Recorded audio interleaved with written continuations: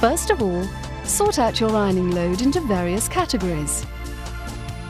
Fabrics such as acetate and nylon will require the lowest temperature, followed by silk, wool, polyester and rayon, up to cotton, triacetates, and finally linen at the highest end.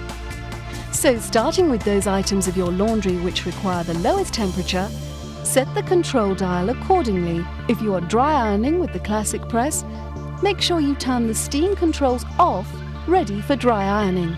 Always start with the lowest temperature and work up to the highest. This is the most economical way to do this, as the pressing plate takes time to cool down. Remember, once the ready light is on, this means the press has reached the desired temperature. You're now ready to go. Simply place the article to be pressed onto the ironing board, then with your hands, remove all unwanted creases.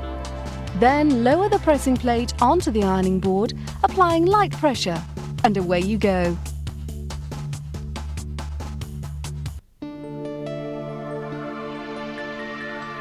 We recommend you refer to your instruction book, as the steaming procedures may differ from model to model. Set your classic press according to your instruction book for steam pressing. If this is the first time you've used your classic press, or if the machine has been stored for a long time, follow this simple procedure. Lift the pressing plate to the raised position.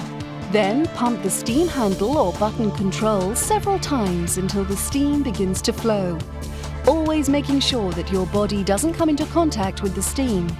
Place your chosen article onto the ironing board, as when pressing, smoothing unwanted creases with your hands. Lower the pressing plate onto the ironing board, generating steam at the same time as directed in the instruction book.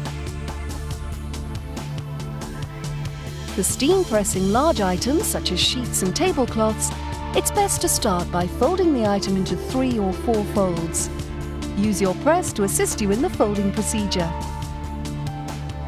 You can then concertina the folds from one short side to the other. Push the article into the space behind the ironing board.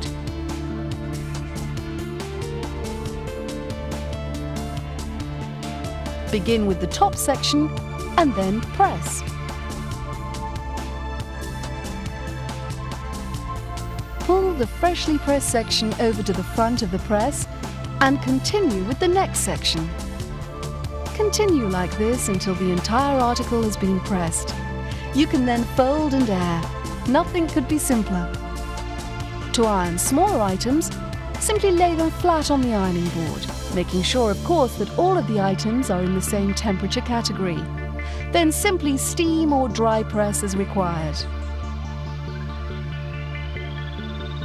For items such as shirts or other garments which might have awkward areas, or areas that are badly creased, the press comes complete with a sponge pad to enable you to cope with this. So let's have a look at a simple way to iron a shirt, blouse, or a jacket. Press the sleeves one at a time or both together. Wherever possible, align the seams and opening edges to the edge of the ironing board. Fold the garment in half vertically, holding the collars center back and sleeve cuffs together.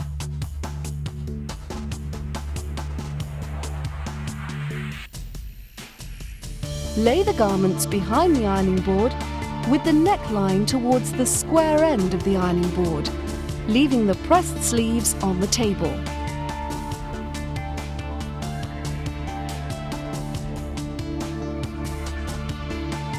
Draw the shirt through the press, ironing a section at a time, always aligning seams to the edges of the press where possible.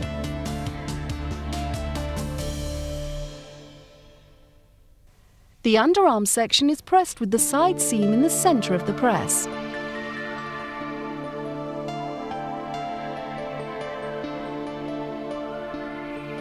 When pressing the back, the yoke is ironed at the same time as the body of the garment.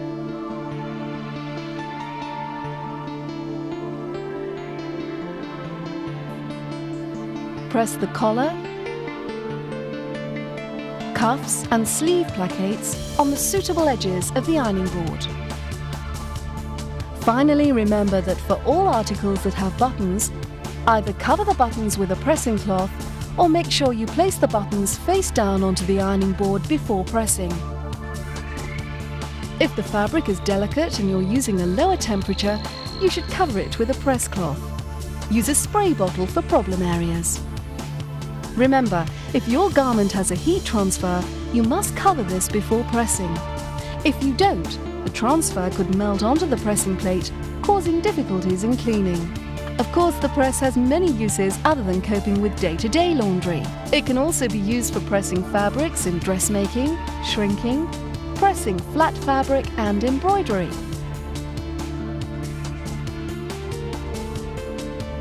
Once you have finished using the classic press, switch the machine off and the light will go out. Disconnect the press from the power point and allow it to cool down completely. As we said earlier, you should always empty the water tank if you're going to store the press away. To do this, follow the instructions in the Classic Press instruction book. When the water tank is empty, you can then close the press, fold up the cord and store away.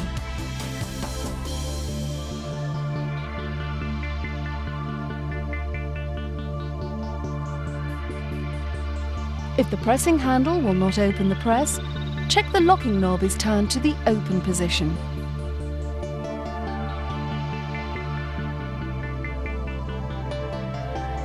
If the press gets warm, but the garment or article still retains its creases, gradually increase the temperature until the creases iron or press out. If the press fails to heat up, make the following checks. Check the temperature dial, turning it to the required setting. Make sure that the press is correctly plugged into the power point and switched on both at the wall and the machine. If for any reason the auto alarm or auto shut-off occur, reset the classic press according to your instruction book. Raise the pressing plate and switch the press off. Then switch it back on again and wait for it to reach the required temperature.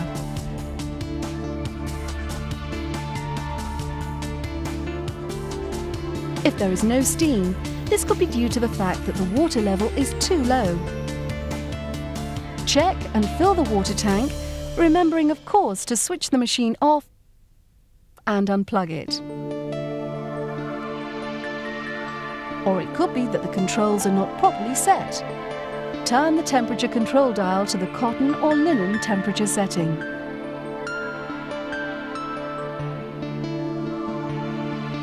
Water dripping from the pressing plate could also mean that it has not yet reached the steam setting temperature. Wait for the light to show. If you are experiencing difficulties in pressing a very thick article, try using a very light pressure. Place a towel over the pressing cushion on the ironing board.